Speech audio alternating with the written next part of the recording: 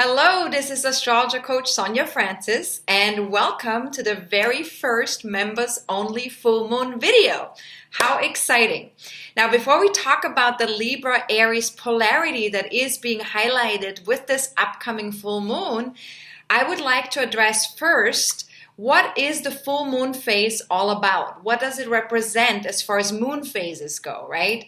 Now, first, let's take a look at the new moon phase, right? For most of us, we already know that's the time when we set intentions. It signifies a chance for new beginnings and planting seeds for the following 28 days, right? Then the full moon 2 weeks later shows us very clearly how far we've come since we've planted these seeds at the time of the new moon, right? So it's really a time of fruition, of culmination. But it's also one that points our attention to whatever is out of balance or what is or isn't working for us in terms of the seeds that we have planted, right? And what we've wanted as a result from that, right? And so we can make the appropriate adjustments for the next 2 weeks at the time of the full moon or with that full moon phase, right? Now, all full moons bring an opportunity for awareness because the moon is opposite the sun, so it creates more awareness. And it also is an opportunity for integration of the traits that are connected to the full moon energies. So in this case, we have Libra and Aries as the full moon energies for this next full moon. So we're getting a chance to integrate these two energies with each other, especially the ones that have been neglected or suppressed. So sometimes with polar opposites, what we tend to experience is that some qualities get suppressed or neglected or ignored, right? So the full moon gives us a chance to fully incorporate and integrate all of it, right? Now, this particular full moon also creates a T-square with the Mars-Saturn alignment in Capricorn.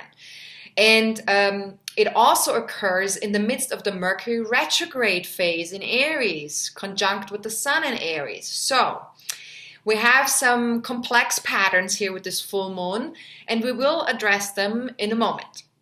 Now, the full moon will be exact on March 31st at 8:37 a.m. East Coast time in the US, which is also New York time, and 12:37 p.m.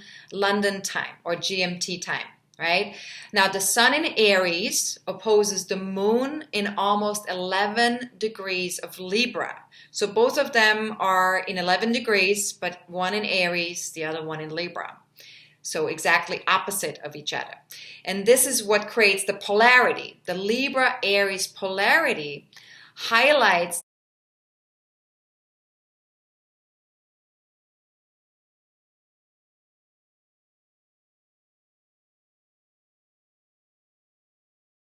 Now, to sum it all up for this full moon, as always, double check whether you are coming from love or fear. And remember that impatience is a manifestation of fear, right? Because when we're impatient, we are afraid that things are not moving at the right pace. Right? So the timing of things might not be correct, or the pace might be out of sync, right? That's the fear that we're having when we're getting impatient, right?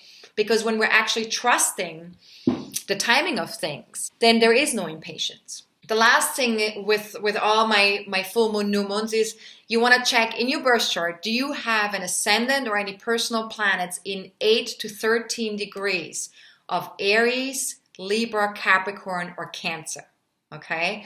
So check to see where that is and where that, where both the Aries and Libra energy falls in your birth chart, that 11 degrees, right?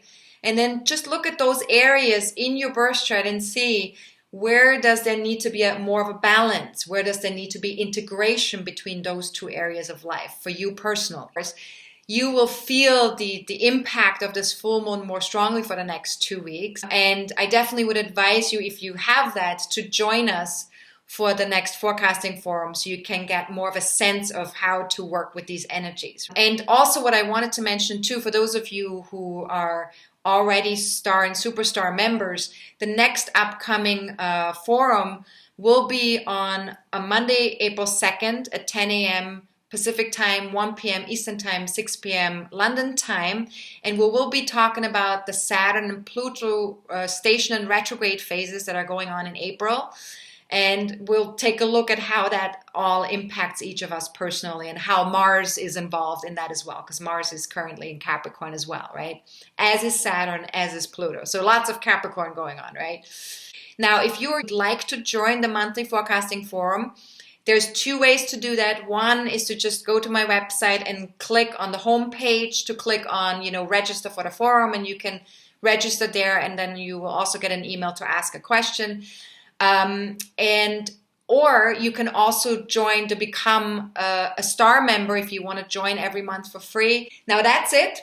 And I'm looking forward to being in touch, and have a fantastic full moon, and much love and many blessings to all of you. Bye-bye.